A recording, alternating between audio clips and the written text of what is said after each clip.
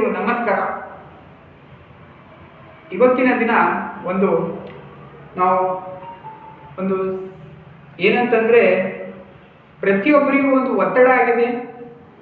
ಆ ಒತ್ತಡ ಜೀವನದಿಂದ ಮುಕ್ತಿ ಹೊಂದುವುದಕ್ಕೆ ನಾವು ದಾರಿಯನ್ನು ಮಾಡಿಕೊಡ್ತಾ ಇದ್ದೇವೆ.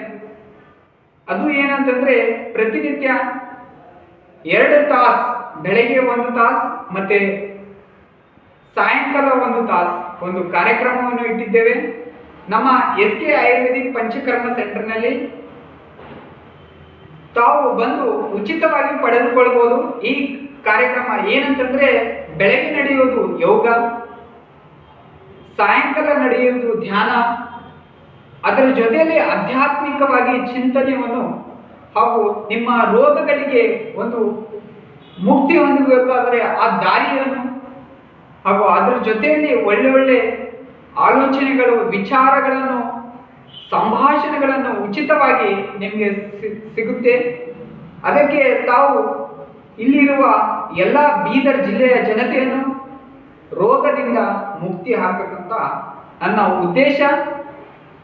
ಆ ಉದ್ದೇಶವನ್ನು ಇಟ್ಟುಕೊಂಡಿದ್ದಕ್ಕೆ ತಮಗೆಲ್ಲರಿಗೂ ತಮ್ಮ ಸೇವೆಯನ್ನು ಮಾಡಬೇಕಂತ ನನ್ನ ಆಸೆ.